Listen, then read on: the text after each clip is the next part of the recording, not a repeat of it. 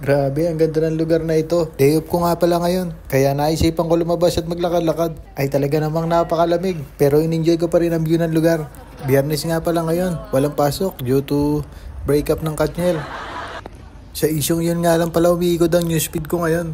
Kaya naisipan ko na din banggitin. Mabalik tayo sa topic ko. Dito nga lang pala yan, malapit sa aming accommodation. Naglakad-lakad lang ako dahil medyo nainip agad ako. At siya nagtatanong ulit kung saan ako nag-apply. May mga uploaded videos po ako dyan para kung paano kayo mag-apply. Pwede nyo pong panoorin at pwede nyo na ding i-share. Salamat. Magja-jogging nga pala dapat ako pero alanganin to, baka madulas pa ako. Kaya ang ginawa ko, kakain na lang ako. Sa summer na lang ako magda-diet.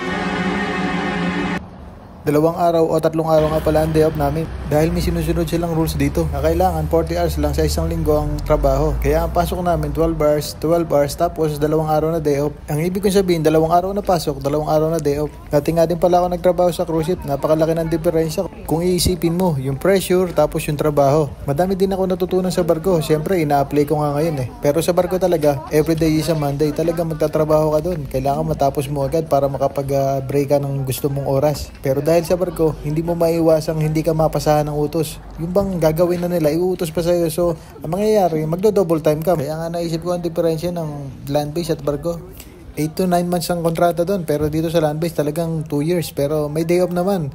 Wala din naman problema sa communication. Dahil may video call naman. Kaya lagi tayong updated sa ating pamilya. Kaya kung gusto mong try magbarko, walang problema doon. Inire-recommend ko pa rin yan dahil kung gusto mong ma-experience, why not, diba? Makakabiyahe ka pa ng libre sa mga iba't ibang lugar ng bansa. 1 o 2 kontrata o 3, doon ka makakapag-decide kung para sa barko ka ba talaga o para sa land-based o para sa bansa lang talaga natin. Kaya enjoyin mo lang ang bawat proseso. Magtiwala ka na magiging maayos din yan kung ano man ang gusto mo. Ituloy mo lang. Huwag mong kakalimutan lagi magdasal at magpasalamat sa ating Panginoon. Magpasalamat, humingi ng gabay at ng lakas para gabayan tayo sa ating mga ginagawa at ang ating mga pamilya. Shoutout nga pala sa lahat ng OFW saan mang bansa at mga seafarers dyan. Patuloy lang ang laban at bumuo ng pangarap. Kung ano ang plano ay sana matupad nyo ang bawat tinihiling nyo. Ganun sana ang lahat. Ingat lagi para sa mga naiwanan natin na naghihintay sa atin na makabalik muli. At sa magbabakasyon sa Pinas at doon magpapasko, enjoy nyo lang para masulit ninyo nakasama ang inyong mga pamilya. Wala nang kasing sarapan na makasama ang pamilya lalo't tagal kang nawalay sa kanila. Mas mahigit pa yan sa feeling ng birthday at Pasko dahil iba talaga ang pakiramdam pagkasama mo ang pamilya. At sa mga nagsisimula pa lang, lalo sa mga nag-aaral, tuloy nyo lang ang pag-aaral nyo. Malay nyo, hindi na kayo mag-abroad at dyan pa lang sa atin sa Pinas, mag-ayos na yung sahod nyo. O kung gusto nyo talagang makapag-travel abroad,